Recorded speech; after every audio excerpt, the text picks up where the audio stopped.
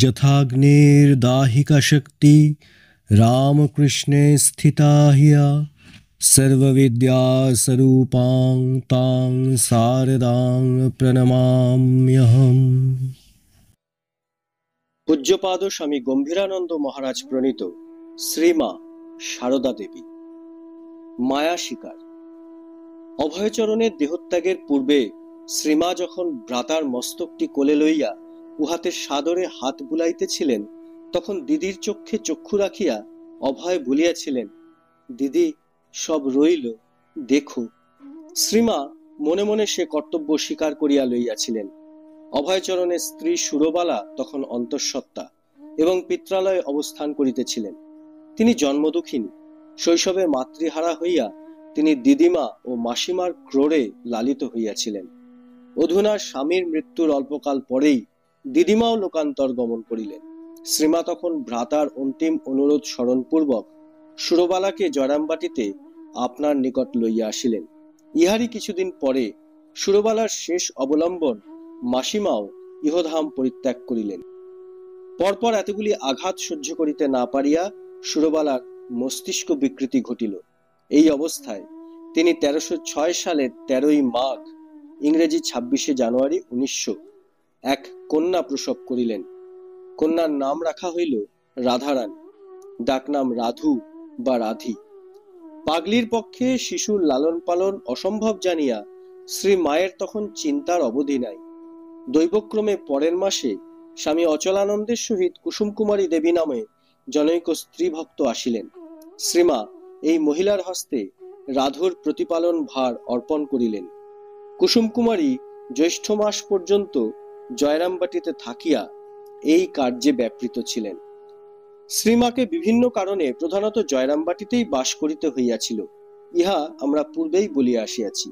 কিন্তু সে বাসভূমি বড় সুখকর ছিল না, আর বিধির বিধানে তাহার পারিবারিক দায়িত্ব যেন বাড়িয়াই চলিয়াছিল। বিধির বিধান কথাটি আমরা একটু ভাবিয়া চিন্তিয়াই প্রয়োগ করিয়াছি, উহা আমাদের কল্পনা প্রসূত নহে।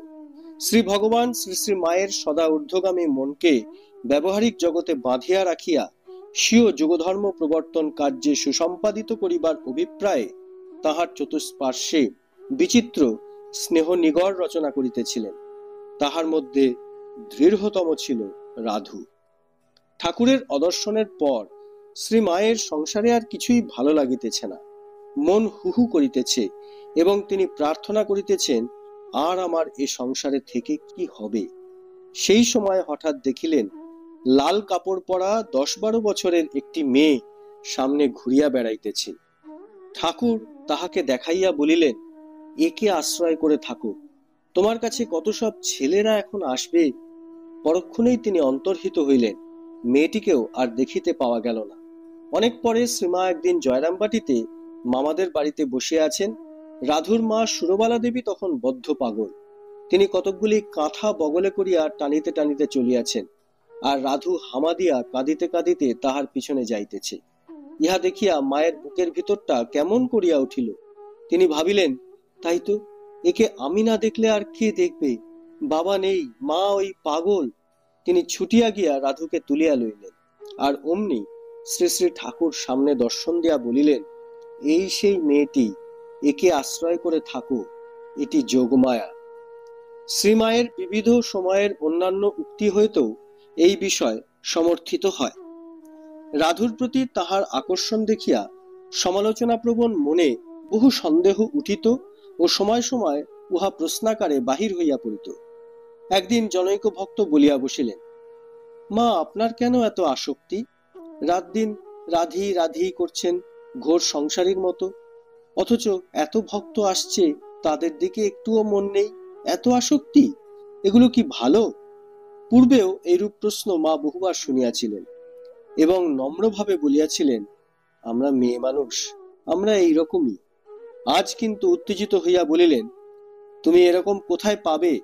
আমার মতো একটি বের করো দেখি। কি জানো, যারা পরমার্থ খুব চিন্তা করে তাদের মন খুব সূক্ষ্ম শুদ্ধ হয়ে যায়। সেই মন যা ধরে সেটাকে খুব আঁকড়ে ধরে, তাই আসক্তির মতো মনে হয়। বিদ্যুৎ যখন চমকায় তখন সার্সিতেই লাগে, খড়খড়িতে লাগে না। অন্য সময় তিনি বলিয়াছিলেন, দেখো, সব বলে কিনা আমি রাধু রাধু করেই অস্থির, তার উপর আমার বড় আসক্তি। এই আসক্তিটুকু যদি না থাকতো, তাহলে ঠাকুরের শরীর যাবার পর এই দেহটা থাকতো না। তার কাজের জন্যই না রাধি রাধি করিয়ে এই শরীরটা রেখেছেন। যখন ওর উপর থেকে মন চলে যাবে, তখন আর এ দেহ থাকবে না। আর বলিয়াছিলেন, এই যে রাধি রাধি করি, এ তো একটা মোহ নিয়ে আছি। বুদ্ধিমান পাঠক এই সকল কথার তাৎপর্য সহজেই হৃদয়ঙ্গম করিতে পারিবেন। সুতরাং আমাদের মন্তব্য দ্বারা ইহার সৌন্দর্য নষ্ট করিতে চাহি না। শ্রী মায়ের আশ্চর্য জীবনলীলার এইরূপ পটভূমিকা রচনার হয়তো এতদ অতিরিক্ত অপর উদ্দেশ্যও ছিল। শ্রী শ্রী ঠাকুরের গলরোগ দর্শনে ইহলোকে অভ্যুদয়কামী কোন কোন সকাম ভক্ত যেমন তাহার নিকট আসা নিরর্থক বলে মনে করিয়াছিলেন, তেমনি আপাত প্রতীয়মান এই সাংসারিক বহিরাবরণ দ্বারা শ্রী ভগবান হয়তো শ্রী মাকে অনুরূপ ভক্তের অবাঞ্ছিত দৃষ্টি হইতেই রক্ষা করিতে চাহিয়াছিলেন। অধিকন্তু শ্রী শ্রী ঠাকুর যদিও গৃহস্থ এবং সন্ন্যাসী উভয় শ্রেণীর ভক্তের জন্যই অনুপম আদর্শ স্থাপন করিয়াছিলেন, তথাপি তাহার জীবন প্রধানত পারিবারিক গণ্ডির বাহিরে ব্যয়িত হইয়াছিল। সুতরাং শত ঝঞ্ঝাটপূর্ণ প্রতিকূল সাংসারিক ক্ষেত্রে মানুষ কিরূপে আত্মস্থ থাকিয়া দিব্য জীবনের আস্বাদ পাইতে পারে, তাহার চাক্ষুষ পরিচয় শ্রীরামকৃষ্ণ জীবনে আমরা অধিক পাই না। শ্রী মায়ের দিনগুলি কিন্তু পারিবারিক ঘটনার সহিত ওতপ্রোতভাবে জড়িত, আর সে ঘটনাসমূহের অধিকাংশ সাংসারিক দৃষ্টিতে উদ্বেগজনক, বিরক্তিকর অথবা ক্লেশদায়ক। অথচ তাহার আচার ব্যবহার সর্বদা সর্বক্ষেত্রে দৈব জ্যোতিতে উদ্ভাসিত।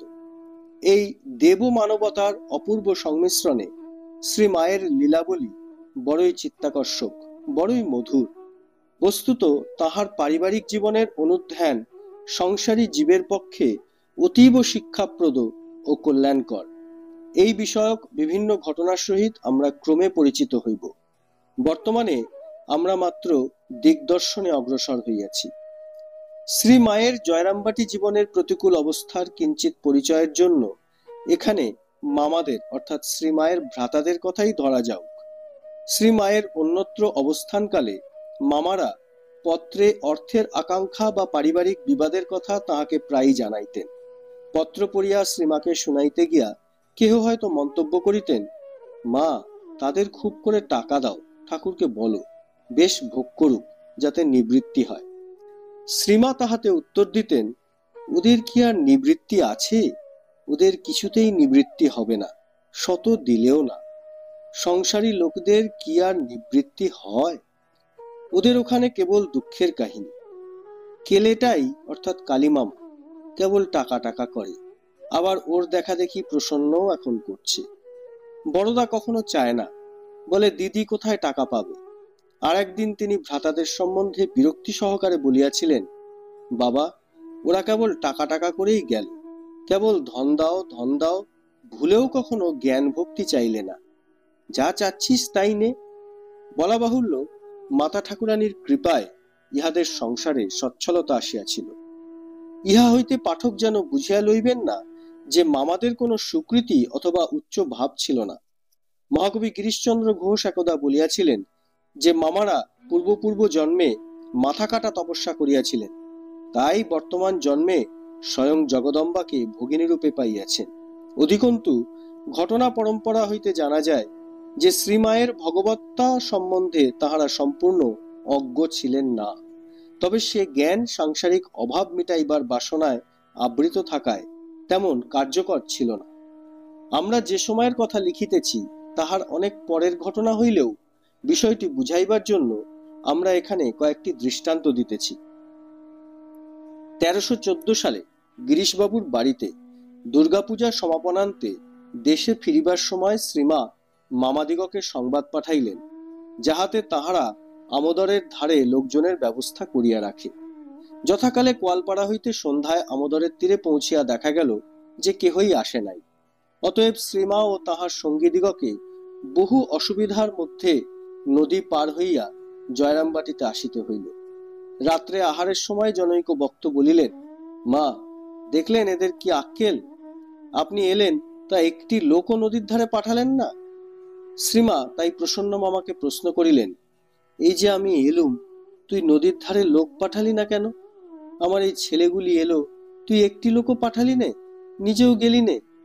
মামা উত্তর দিলেন, দিদি, আমি কালীর ভয় পাঠাইনি, পাছে কালী বলে দিদিকে হাত করে নিতে যাচ্ছে। আমি কি বুঝি না তুমি কি বস্তু, আর এরা সব অর্থাৎ ভক্তেরা কি বস্তু? সব জানি, কিন্তু কিছু করবার সাধ্য নেই। ভগবান এবার আমাকে সে ক্ষমতা দেননি। এই আশীর্বাদ করো যেন তোমাকে এবারে যেভাবে পেয়েছি এইভাবেই জন্মে জন্মে পাই, অন্য আর কিছু চাইনি। শ্রীমা বলিলেন, তোদের ঘরে আর এই যা হয়ে গেল। রাম বলেছিল, মরে যেন আর না জন্মায় কৌশল্যার উদরে, আরও তোদের মধ্যে। আর একদিন প্রসন্ন মামা শ্রীমাকে বলিয়াছিলেন, দিদি, শুনলুম তুমি নাকি কাকে স্বপ্নে দেখা দিয়েছ, তাকে মন্ত্র দিয়েছ, আবার এও বলে দিয়েছ যে তার মুক্তি হবে, আর আমাদের তুমি কোলে করে মানুষ করেছ, আমরা কি চিরদিনই এমনি থাকবো?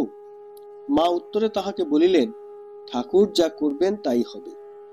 আর দেখ, শ্রীকৃষ্ণ রাখাল বালকদের সঙ্গে কত খেলেছেন, হেসেছেন, বেরিয়েছেন, তাদের এঁটো খেয়েছেন, কিন্তু তারা কি জানতে পেরেছিল কৃষ্ণ কে?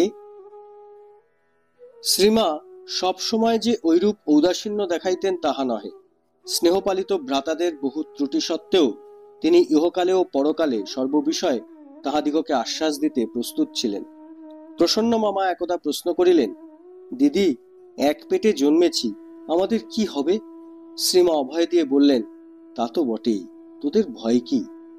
এই সমর্থ অথচ বিবেচনাহীন ভ্রাতাদের সঙ্গে ছিলেন আবার অবুঝ অসমর্থা ভাইঝিরা। পরে আমরা দেখিব যে ইহাদের কাহারো কাহারো ভার শ্রীমাকে গ্রহণ করিতে হইয়াছিল। তদুপরি ছিলেন অভয় মামার বিধবা পত্নী সুরবালা, বা ভক্তদের সুপরিচিতা পাগলি মামি। মামির পাগলামি সময় সময় এতই বাড়িত যে শ্রীমাকে বলিতে শোনা যাইত, হয়তো কাঁটা শুদ্ধ বেলপাতা শিবের মাথায় দিয়েছি, তাই আমার এই কণ্টক হয়েছে। শ্রীমা যতদিন জয়রামবাটিতে থাকিতেন তাহাকে হাড় ভাঙা পরিশ্রম করিতে হইত। কোনদিন হয়তো সকাল হইতে সন্ধ্যা পর্যন্ত হাঁড়ি হাঁড়ি ধান সিদ্ধ করা চলিতেছে, অন্যদিন ঢেকিতে ধান ভানা হইতেছে, সঙ্গে সঙ্গে রান্না, বাসন মাজা, জল তোলা সবই আছে। তাহার জননী যেমন বৃদ্ধ বয়সেও অক্লান্ত পরিশ্রমী ছিলেন, তিনিও তেমনি সর্বদা তাহার পার্শ্বে থাকিয়া প্রতি কার্যে সাহায্য করিতেন। একবার সহোদরের সংসারে কোনো এক ব্যাপারে শ্রীমাকে অসম্ভব পরিশ্রম করিতে হয়। তাহার পা ফুলিয়া যাওয়ায় তিনি উহা দেখাইয়া বলিয়াছিলেন, গিরিশবাবু সত্যই বলেছিলেন, এরা মাথা কাটা তপস্যা করেছিল। যাও, আমরা 1900 খ্রিস্টাব্দে শ্রী মায়ের দেশে অবস্থানের ঘটনাবলিতেই ফিরিয়া যাই। এই কালে শ্রীমা সাধারণত জয়রামবাটিতে বাস করিলেও মধ্যে মধ্যে কামারপুকুরে যাইয়া কিছুদিন কাটাইয়া আসিতেন। এইবারও তিনি সেখানে যান এবং অসুস্থ হইয়া পড়েন। মায়ের বাড়ির ঝি সাগরের মা বলে যে সে অসুখের সময় তাহারা সেবা করিয়াছিল। দারুণ উদরাময় ও বমিতে শ্রীমা অবশ হইয়া বিছানায় পড়িয়া আছেন, আর ঝি নির্বিকারে পরিষ্কার করিতেছে দেখিয়া ওই অবস্থায়ও তিনি ঝিকে জিজ্ঞাসা করিলেন, কি গো, তোর ঘেন্না হচ্ছে না তো?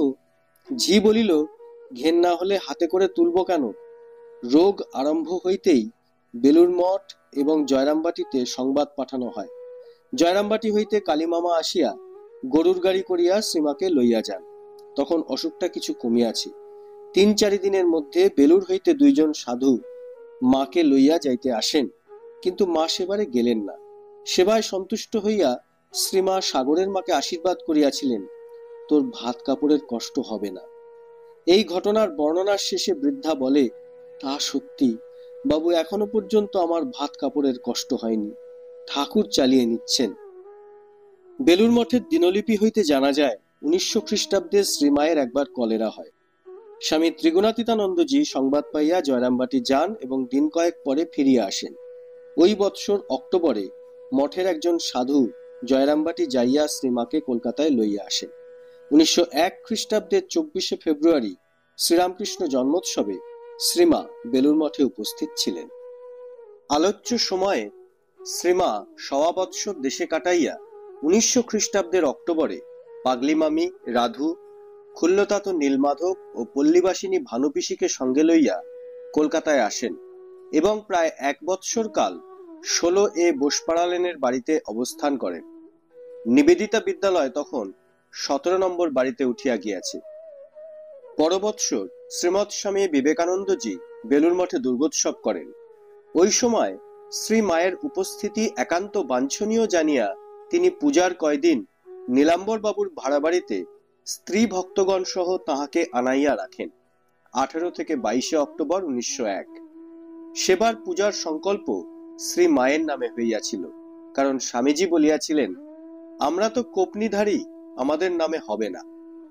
মায়ের সেবক কৃষ্ণলাল মহারাজ এই পূজায় পূজকের আসন গ্রহণ করিয়াছিলেন, আর তন্ত্রধারক হইয়াছিলেন স্বামী রামকৃষ্ণানন্দজির পিতা শ্রীযুক্ত ঈশ্বরচন্দ্র চক্রবর্তী।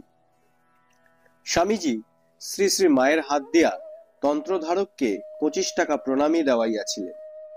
শ্রী মায়ের বাটির পার্শ্বে যে সংকীর্ণ গলির মতো স্থান ছিল, সেই পথে এক রাত্রে চোর আসিয়া রান্নাঘরের জানালা ভাঙিয়া ভিতরে প্রবেশ করে। চিরকালের অভ্যাস মতো শেষ রাত্রে শয্যা ত্যাগ করিয়া পাগলি মামি প্রদীপ হস্তে বাহিরে আসিয়াই রান্নাঘরের চোরকে দেখতে পান এবং ভয়ে অজ্ঞান হইয়া পড়িয়া যান। বাড়ির সকলের চেষ্টায় তাহার সংজ্ঞা ফিরিল বটে, কিন্তু মস্তিষ্ক বিকৃতি খুব বাড়িয়া গেল। শ্রীমা অগত্যা স্থির করিলেন তাহাকে লইয়া দেশে ফিরিবেন। মায়ের কলকাতায় আগমনের পর কুসুম কুমারীর হস্তেই রাধুর লালন পালনের ভার অর্পিত হইয়াছিল। তাই শ্রীযুক্তা যোগিনমা প্রভৃতি শ্রীমাকে বলিলেন যে ঐরূপ একটি স্ত্রীলোকের উপর রাধুর প্রতিপালনের ভার দিয়া সপুত্রী সুরবালাকে দেশে পাঠাইয়া দেওয়া উচিত এবং কলকাতার ভক্তগণ সে ব্যয় বহন করিবেন।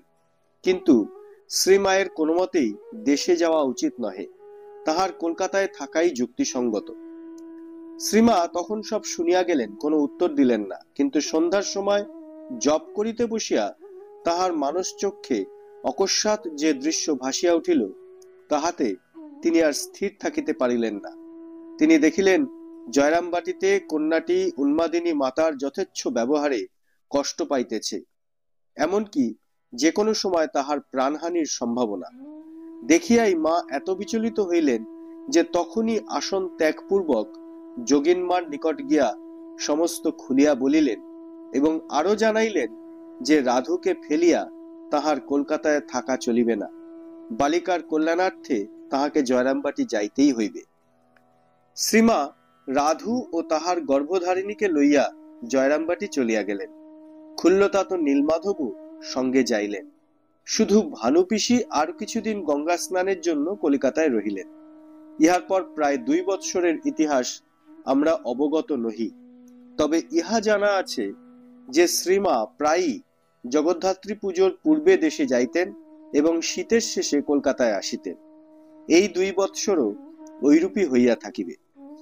1310 সালের পৌষ মাসে স্বামী শারদানন্দজি মাতা ঠাকুরানীর অবস্থানের জন্য 2/1 নম্বর বাগবাজার স্ট্রিটের বাড়িটি ভাড়া করিয়া রাখেন এবং মাঘ মাসে 1907-এর 14 ফেব্রুয়ারি কলকাতায় আসিয়া শ্রীমা ওই বাড়িতে উঠেন।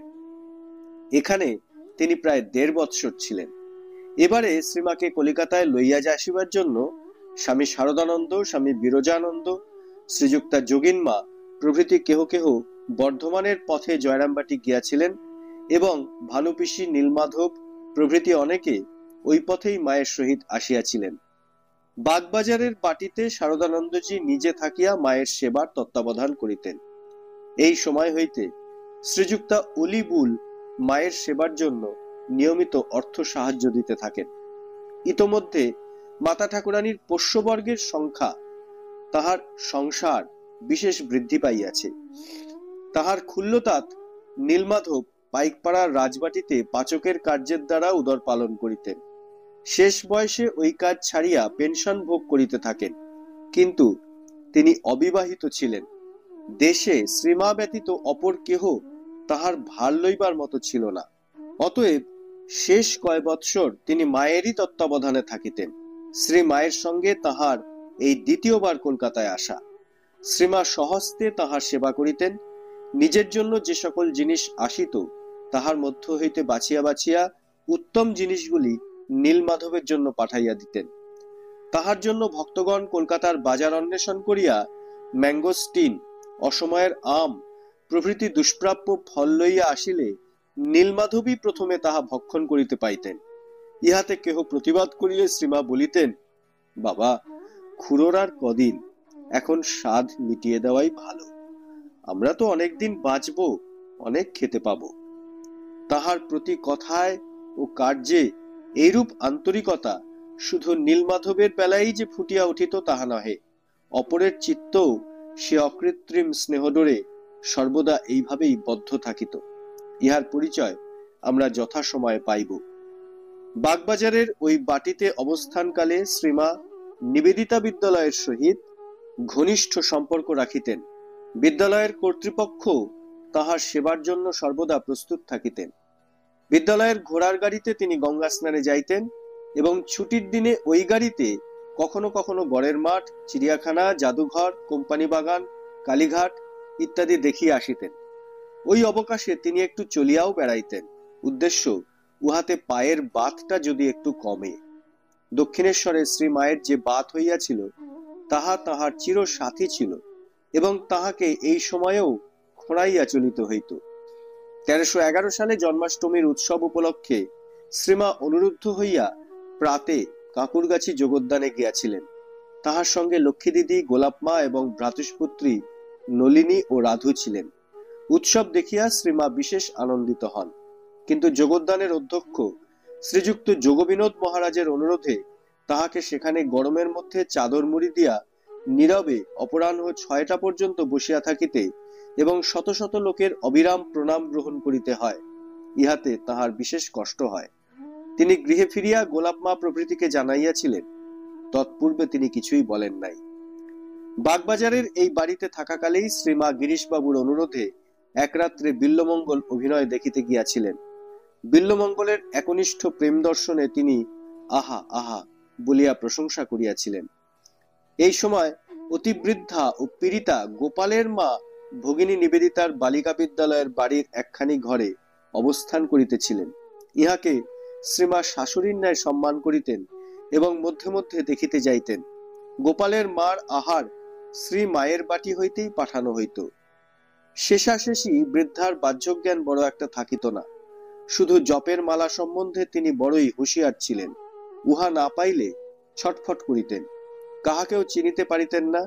কিন্তু শ্রীমা নিকটে গেলে অস্ফুট স্বরে বলিতেন, কে বৌমা, এসো। 1311 সালের জগদ্ধাত্রী পূজায় শ্রীমায়ের দেশে যাওয়া হয় নাই, কারণ তখন তাহার সংসার এতই বৃহৎ যে সকলকে লইয়া গমনাগমন বহু ব্যয়সাধ্য। অধিকন্তু ওই সময় তাহার স্বাস্থ্যের একটু উন্নতি হইতেছিল। তখন ম্যালেরিয়ার মধ্যে বাস করিলে রোগের পুনরাক্রমণ অবশ্যম্ভাবী জানিয়া ভক্তগণ তাহাকে যাইতে দিলেন না। কিন্তু জগদ্ধাত্রী পূজা তাহার অতি প্রাণের জিনিস ছিল, তাই তিনি সহোদর বরদাপ্রসাদ ও জনৈক ভক্তের দ্বারা সমস্ত পূজা সামগ্রী পাঠাইয়া দিলেন এবং পূজা সমাপনান্তে ইহারা ফিরিয়া আসিলে আনুপূর্বিক সমস্ত বর্ণনা শুনিয়া আনন্দিত হইলেন। অতঃপর অগ্রহায়ণের মধ্যভাগে তাহার জগন্নাথ ক্ষেত্রে গমনের আয়োজন চলিতে লাগিল। তখন পুরী পর্যন্ত বেঙ্গল নাগপুর রেল লাইন প্রস্তুত হইয়া গিয়াছে। শ্রী মায়ের সহিত দ্বিতীয় শ্রেণীর এক রিজার্ভ গাড়িতে স্থান পাইলেন নীলমাধব, পাগলি মামি, গোলাপ মা, লক্ষ্মী দিদি, রাধু, মাস্টার মহাশয়ের স্ত্রী, চুনিলাল বাবুর স্ত্রী ও কুসুম কুমারী। আর মধ্যম শ্রেণীর গাড়িতে উঠিলেন শ্রীমৎ স্বামী প্রেমানন্দ প্রভৃতি 3 জন পুরুষ। সারা রাত্রি গাড়িতে কাটাইয়া ইহারা পরদিবস প্রাতে পুরীধামে উপস্থিত হইলেন। শ্রীমন্দিরের রাস্তার উপর বলরাম বাবুদের যাত্রী নিবাস, ক্ষেত্রবাসীর মঠ শ্রীমা ও তাহার সঙ্গীদের জন্য খুলিয়া দেওয়া হইল। প্রেমানন্দজি বলরাম বাবুদের সমুদ্রের নিকটবর্তী অপর বাটি শশী নিকেতনে চলিয়া গেলেন। পুরীতে পৌঁছিয়া শ্রীমা ধুলাপায়ে জগন্নাথ মহাপ্রভুকে দর্শন করিয়া আসিলেন। পরে তিনি ভক্তদের সহিত প্রত্যহ প্রাতে দেব দর্শনে যাইতেন এবং প্রতি সন্ধ্যায় আরতির সময় মন্দিরে উপস্থিত থাকিতেন। একদিন ক্ষেত্রবাসীর মঠে কথা দেওয়া হইয়াছিল। পাণ্ডা আসিয়া প্রাচীন পুঁথি অবলম্বনে শ্রী শ্রী জগন্নাথের ইতিহাস ও মাহাত্ম্য শুনাইলেন। এই উপলক্ষে ওই দিন প্রায় 50 জন পাণ্ডাকে পরিতোষপূর্বক ভোজন করানো হয়। শ্রীমা প্রভৃতির জন্য তখন প্রত্যহ শ্রীমন্দির হইতে মহাপ্রসাদ আসিত। পাণ্ডাদের ভোজনও ওইভাবেই সম্পন্ন হইয়াছিল। পুরীতে শ্রী মায়ের পায়ে একটি ফোঁড়া হয়। সেই ফোঁড়া পাকিয়া উঠায় চলিতে কষ্ট হইতেছিল, অথচ তিনি অস্ত্রোপচারে সম্মত হইতেছিলেন না। একদিন ওই অবস্থায় শ্রী মন্দিরে ভিড়ের মধ্যে এক ব্যক্তি ওই স্থানে ব্যথা দেওয়ায় তিনি চিৎকার করিয়া ওঠেন। এই সংবাদ পাইয়া প্রেমানন্দজি পরদিন এক যুবক ডাক্তারকে লইয়া আসিলেন। তিনি অস্ত্র লইয়া শ্রীমাকে প্রণাম করিতে আসিলে শ্রীমা অভ্যাসবশত চাদর মুড়ি দিয়া বসিলেন। এই অবকাশে পায়ে হাত দিয়া প্রণাম করিবার ছলে ডাক্তার ফোঁড়ার মুখ চিরিয়া দিলেন এবং মা অপরাধ নেবেন না বলিয়া বিদায় লইলেন। এই অপ্রত্যাশিত ব্যাপারে শ্রীমা প্রথমে একটু বিরক্ত হইলেও ভালোভাবে বাঁধিয়া দেবার পর স্বস্তির নিঃশ্বাস ফেলিয়া বলিলেন, আহ, আরাম হলো। এবং যেসব সন্তানের দ্বারা এই অতি সাহসিক কার্য সাধিত হইয়াছিল তাহাদিগকে আশীর্বাদ করিলেন। 2-4 দিনের মধ্যে ক্ষতস্থান আরাম হইয়া গেল। ইহার কয়েকদিন পরে শ্রী মায়ের ইচ্ছা হইল দেশ হইতে তাহার মাতা প্রভৃতিকে জগন্নাথ দর্শনার্থে আনাইবেন। তদনুযায়ী জনৈক ভক্ত জয়রামবাটিতে প্রেরিত হইলেন। ইহা অবশ্য পাগলি মামিকে না জানাইয়াই করিতে হইল, কারণ তিনি চাহিতেন না যে তিনি এবং রাধু ব্যতীত পরিবারে আর কেহ শ্রী মায়ের স্নেহযত্নের অংশী হয়। তখন বিষ্ণুপুরের রেল লাইন খুলিয়া গিয়াছে। ভক্ত বিষ্ণুপুরে নামিয়া উটের গাড়িতে কতুলপুরে উপস্থিত হইলেন এবং বাকি পথ পদব্রজে যাইয়া শ্রী মায়ের জননী ও কালীমামাকে তাহার সাদর আহ্বান জানাইলেন। পূর্বে কেবল এই দুইজনকেই লইয়া যাইবার কথা ছিল, কিন্তু তীর্থযাত্রার নামে দল বাড়িয়া চলিল। শেষ পর্যন্ত দিদিমা, কালীমামা, কালীমামার শ্বশুর, স্ত্রী ও 2টি পুত্র এবং সীতারাম নামক জয়রামবাটির এক বৃদ্ধ সদ্গোপ গর্বে তার পথে পুরী যাত্রা করিলেন। ইহারা সকলে ক্ষেত্রবাসীর মঠে উপস্থিত হইবা মাত্র সুরবালার ক্রোধ সপ্তমে উঠিল। তিনি শ্রী মায়ের সম্মুখে হাত নাড়িয়া গ্রাম্য ছড়া কাটিয়া নানা কথা শুনাইতে লাগিলেন। জগন্নাথ ক্ষেত্রের রীতি এই যে এখানে মহাপ্রসাদ ধারণ বিষয়ে জাতি বিচার করা হয় না। এমনকি শ্রীমন্দিরের অন্তর্গত আনন্দবাজারে যাত্রীরা আচণ্ডালে পরস্পরের মুখে প্রসাদ তুলিয়া দেন এবং সকলের হাত হইতে উহা গ্রহণ করিয়া থাকেন। চিরাচরিত এই প্রথার মর্যাদা স্বীকার করিয়া শ্রীমা একদিন জগন্নাথের বাল্যভোগ খিচুড়ি মহাপ্রসাদ সকলের মুখে দিয়াছিলেন এবং তোমরা আমার মুখে প্রসাদ দাও বলিয়া স্বয়ং তাহাদের হাত হইতে উহা লইয়াছিলেন।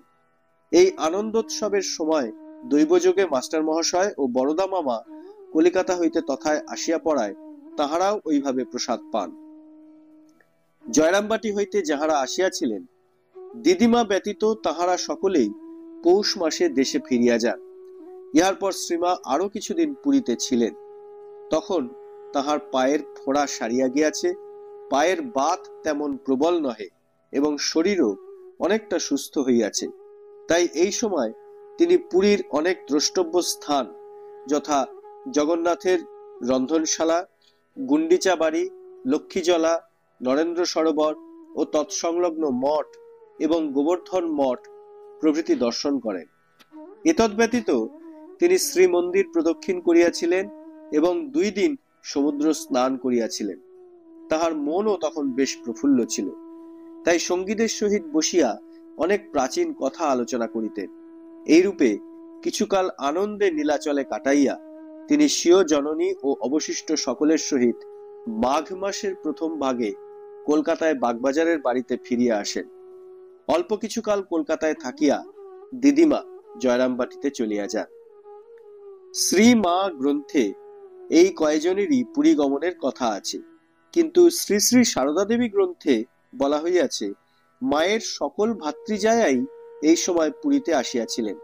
শেষোক্ত গ্রন্থে ইহাও লিখিত আছে যে বরদা মামার স্ত্রী ইন্দুমতী দেবীকে দেখিয়া পাগলি মামি মাকে বলিয়াছিলেন, তোমার ভালো ভাজ মা সকলকে নিয়ে এসেছে। মা তাহাতে উত্তর দিয়েছিলেন, তা আনবনি? আমার বুড়ো মা, তোকে এনেছি আর তাকে আনবনি? সুরবালা অপেক্ষা ইন্দুমতী বয়ঃকনিষ্ঠা ছিলেন। বিবাহের সময় ইন্দুমতী 11-12 বৎসরের বালিকা ছিলেন এবং শ্রী মায়ের যত্নে মানুষ হইয়াছিলেন। মা ইহাকেও যথেষ্ট স্নেহ করিতেন, তাই ঈর্ষান্বিতা সুরবালা ভালো ভাজ বলিয়া শ্লেষ করিতেন। জননীং শারদাং দেবীং রামকৃষ্ণং জগদ্গুরুং পাদপদ্মে তয়ো শ্রিত্বা প্রণমামি